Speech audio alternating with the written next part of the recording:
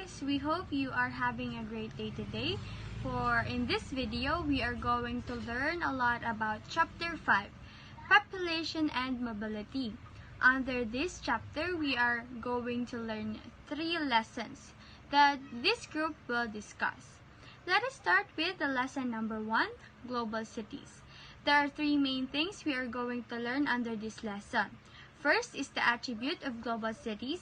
Second, world's best-known global cities, and the reason why there are fast increasing numbers of global cities in the world. And at the end of this lesson, we are expected to satisfy 3 objectives. Identify the attributes of a global city, analyze the role of cities as engines of globalization, and determine the cause of increase in global cities.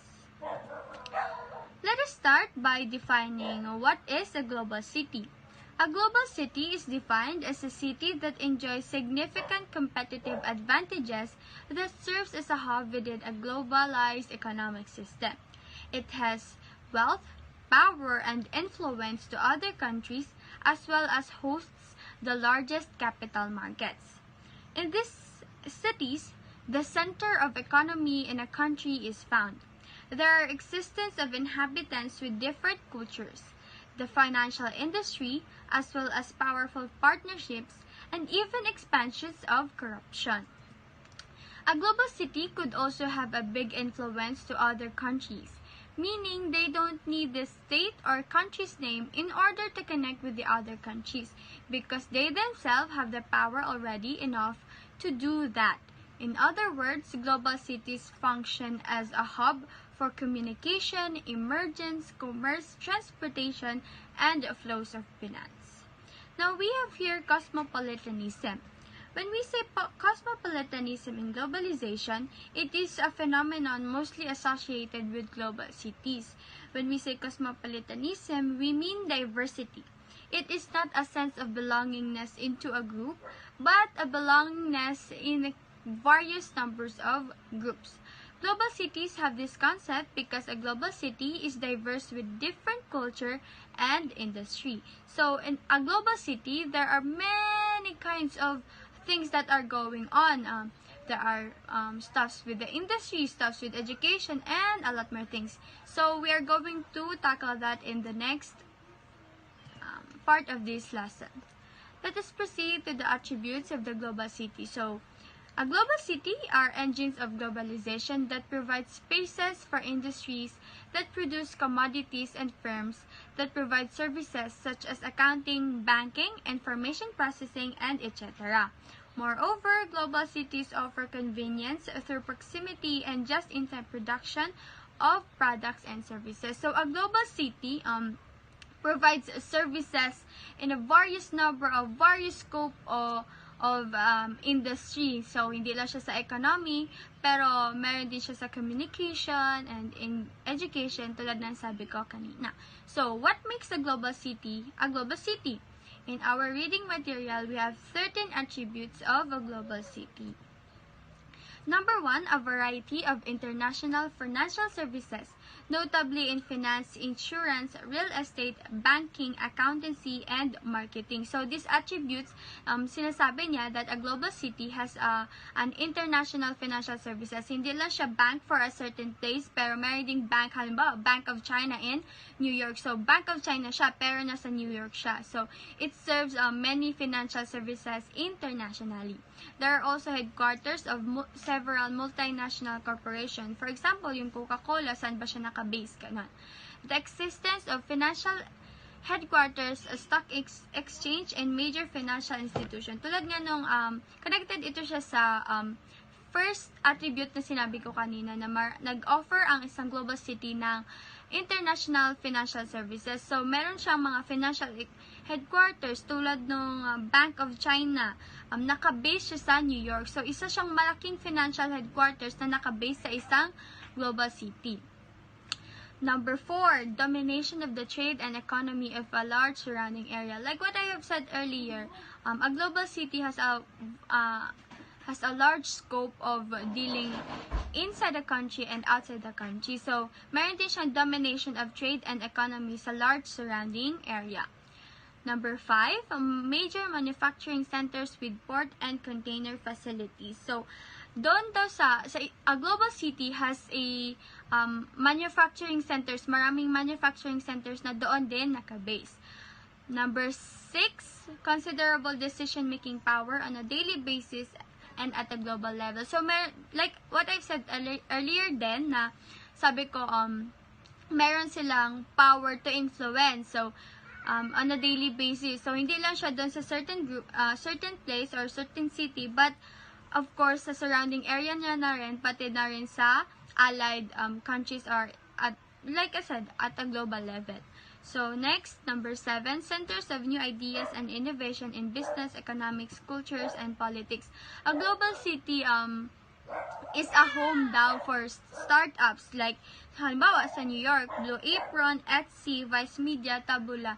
It serves as a ground for new ideas to spring and to become a large business na kasi nga 'di ba ang global city is a competitive place, so doon din daw nagiging training ground of new ideas. Center of Media and Communication for Global Networks. For example, sa New York meron atang CNN headquarters doon so it's a global range of global networks lang din. Meron ding number 1, 2, 3, 4, 5, 6, 7, 8, 9. Dominance of the national region with great international significance. 10. High percentage of residents employed in the services sector and information sector. So, dahil may cosmopolitanism na concept na nandoon sa isang global city, maraming people or ang nagtatrabaho sa services sector and information sector. Yun yung mga present na mga industry na pwedeng pagtrabahoan ng napakarami various culture din doon sa isang global city. Meron din siyang high quality educational institution including renowned universities, international student attendance, and research facilities. For example, yung New York, Tokyo, and London are global cities. Bawat place ay meron silang mga renowned university, hindi lang sa city na yun, but all over the world, which is nag-a-attract siya ng mga students para dun mag-aral. For example, New York University in New York, Japan University in Tokyo, and University College London in London. Multifunctional infrastructures of offering some of the best legal, medical, and entertainment facilities in the country. And lastly, high diversity in language, culture, religion, and ideology. So, dahil nga 'di ba may phenomenon ng cosmopolitanism, normal lang sa isang global city na napakaraming races na nakatira doon na naga-inhabit. So kaya mayroong high diversity of language, culture, religion, and ideology kasi nga nag-i-interact sila within a global city. So this 13 attribute makes a global city. Pero in other words, a global city has economic power for having largest stock exchange, headquarters, offices, manufacturing centers, and other big markets. A global city has economic opportunities for attracting different talents across the world. And a global city also has economic competitiveness for leading in the global market. So, tatlo yun ha, economic power, opportunities, and competitiveness.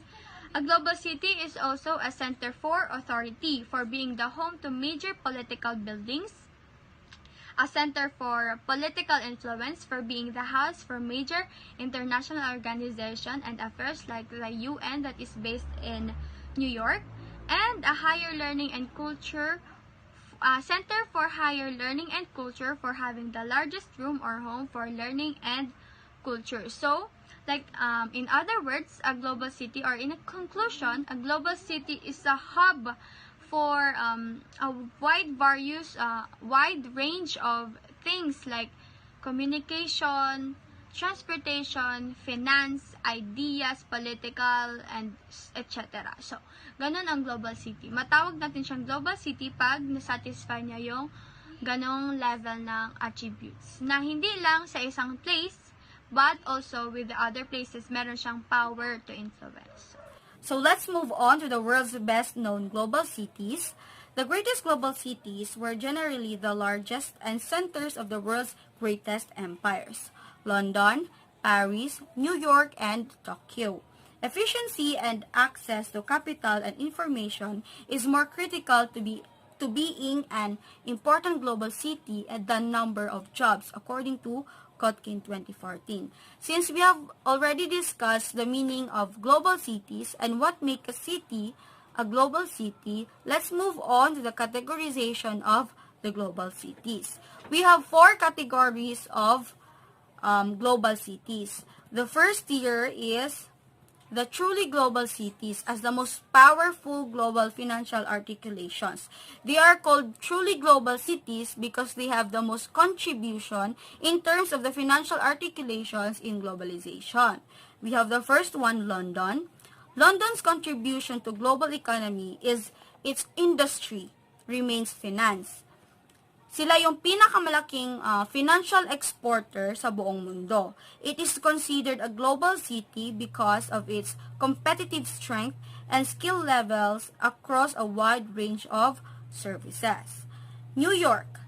New York is a global hub of business and commerce as a center for being a finance, transportation, and many more. In other words, the city's high talent pool in its international connections and cultural attractions plus increase in direct foreign investments are the things that makes New York a global city. Number 3, Tokyo. Tokyo is considered the hub for financial companies that possess advanced financial techniques. It is Japan's largest major economic zone, enormous market with advanced needs, and is home to companies in all types of industries and businesses. So next is the second tier, cities that are based on the level of their multinational articulations. When we say multinational articulations, it means business organizations that involves the operation with several countries. We have 5. The first one is Miami. Miami is a global city on a regional scale where the Brickell Financial Center has the second largest concentration of international banks outside of New York. Next, we have the Los Angeles. It is a global capital of entertainment industry, mga concert or world tours, di ba? Medyo, hindi man sa medyo, pero marami sa Los Angeles. Next, we have the Frankfurt. It is a city in Germany where it traditionally known for the production of sausages. It has a rich collection of museums, historic buildings, and lively art and culture. Next, we have the Amsterdam. Amsterdam continues to be a global center for trade and finance and ideas. It is considered an alpha world city by Globalization World Cities because of its historical attractions, for its collection of great art, and collection of distinct color and flavor of its old sections. Next, we have the Singapore. Singapore is mainly driven by exports in electronics and manufacturing and machinery, financial services, tourism, and world's busiest cargo seaport. Singapore economy is one of the most stable in the world with no foreign debt, high government revenue, and a consistently positive surplus. Let's move on to the third tier global cities, cities that are based on the importance of their national articulation. These are the cities na kung mapapansin, global cities na kung mapapansin nyo, ang best services nila is na-offer nila sa place nila.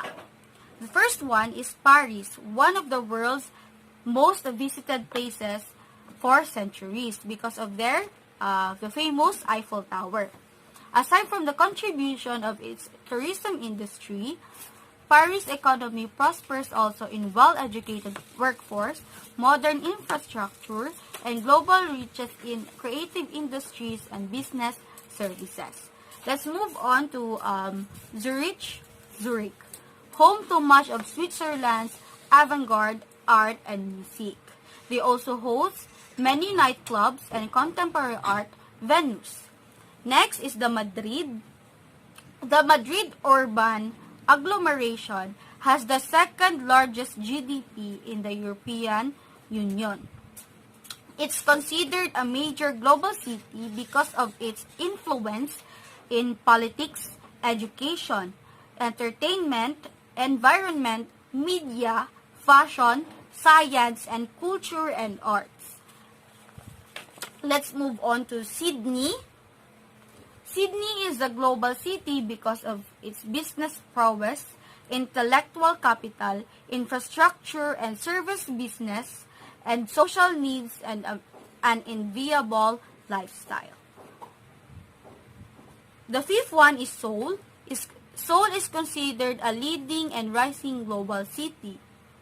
Sa mga K-drama lovers and K-pop fans knows na this, 'di ba? Yung mga ang Seoul ngayon, mas kilala sila sa K-pop industry nila, yung mga songs or groups like that. The rise in their K-drama naabot na sa ibang bansa. Yung kung ano yung na-offer ng country nila, yun yung parang kinaadikan ng ibang bansa or ibang tao. Like that. In 2014, they had reached a GDP of US dollar, 845,900 billion and ranked as the world's fourth largest metropolitan country. They also export Korean goods like merchandises, Korean foods, and also designer clothes. Next is the Bangkok city that exerts a significant impact on Thailand's politics, economy, education, media, and modern society. Taipei. It is a global city that is part of a major high-tech industrial area. Railways, highways, airports, and business connect Taipei with all parts of Thailand. So, ang best services nila yung airports or mga transportation. Next is the Sao Paulo, the largest city in South America. Concentrates more than half the production of Brazilian financial institution. Last is the Mexico, one of the most financial centers in North America. Mexico City influenced the political, cultural, educational, and financial center of the North. Next is the last tier. 4th-tier global cities are based on subnational and regional articulations. Osaka, Kobe, Kansai in Japan are expanding exports, expanding imports, and expanding foreign production. In Hong Kong positioned as the world city of Asia that highlights the existing strength of Hong Kong in areas such as financial, trade, tourism, transport, communications, and as a regional hub for international business and major city in China. The Pearl River in Delta, world-class seaport, offers the world-class seaport a huge and inexpensive labor pool, cheap and abundant land, and a few regulatory impediments to rapidly growing companies. So let's move on to the reasons of increase in global cities, linked with two globalization-related trends. One is the expansion of the role of transnational corporations in global production patterns, and two is the decline of mass production along 4 these lines and the concomitant rise of flexible production centered with urban areas. We have here, according to SACEN 2013, these following are the causes pushing the increase in global cities. One is the geographic dispersal economic activities that marks globalization along with the simultaneous integration of such geographically dispersed activities is a key factor feeding the growth and importance of central corporate functions. Two, These central functions become so complex that increasingly the headquarters of large global firms outsource them. They buy a share of their central functions from highly specialized service firms. 3. Those specialized service firms engaged in the most complex and globalized markets are subject to agglomeration economies. 4. The more headquarters outsource their most complex understanding functions, partially those subjects to uncertain and changing markets, the more freer they are to operate from any location. 5. These specialized service firms need to provide a global service, which has meant a global network of affiliates and a strengthening of cross-border city-to-city transaction networks. 6 is the economic fortunes of these cities become increasingly disconnected from the border hinterlands or even their national economies. 7. One result of the dynamics is the growing informalization of a range of economic activities which find their effective demand in these cities, yet have the profit rates that do not allow them to compete for various resources with the higher profit-making firms at the top of the system. When we say geographic dispersal, this means that places or location that provides greater opportunities for everyone. Mapa-edukasyon, ekonomiya, transportasyon, health, environment, mobility, and even neighborhood quality. So, di ba ikaw, kung from province ka, pumupunta ka sa cities para maghanap ng magandang trabaho. Kasi we know, alam natin na sa ganitong lugar, maganda ang services doon, maganda yung na-offer, maraming opportunity. So, ikaw na naghahanap ng trabaho or gusto mong makakuha ng magandang buhay or magandang pamumuhay, nagmamigrate ka sa mga cities na sa tingin mo magbibigay sa inyo ng great opportunities. Another reason of the increase of global cities, yung mga city na naaabot ng international markets. For example, there's one location when yung isang lugar yung place nila, yung economy nila is nagde-develop. When they are developed enough, naabot nila yung international markets. Diba? For example, yung sa Singapore, diba? They export electronics manufacturing and machinery. So, yung products nila naabot internationally, na-export nila. At the same time, meron din silang mga products na na-import. So, yun yung kung ikaw as city, naabot mo international market, syempre, mas lalawak yung connection mo. May possibility na maging global city ka. Another one na nasabi doon kay Sassen is yung location. For example, isang industry, meron siyang location sa ganitong lugar. And then, sa lugar na yun, kung malaki yung territory niya doon, mas free na gumalaw yung industry na yon. Mas malaki yung operation na magagawa nila. The more cities that will develop and meet international connections, the more possibility of increase of global cities. The greater opportunities a city can serve also lead to the possible developed global city. Next is the criticisms of global cities.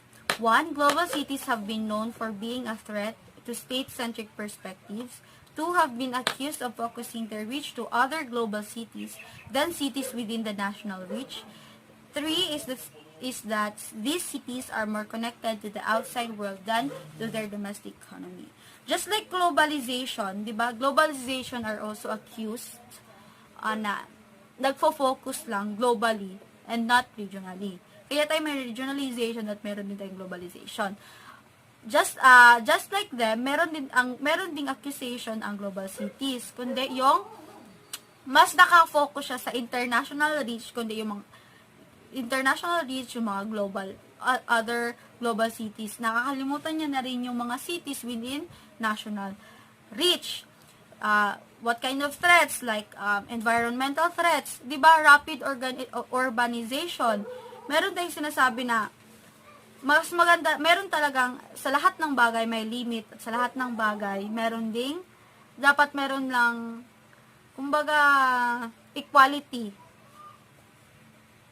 pantay-pantay na pagkahati sa resources. Kung marami sa isang place na yun, marami ang mga tao, urbanized siya masyado, di ba mas maraming resources yung kailangan niya. Unlike sa mga province or ganito, rural places, maliit yung resources na nakokonsume nila. We all know that everything has disadvantage and advantages that also applies in global cities.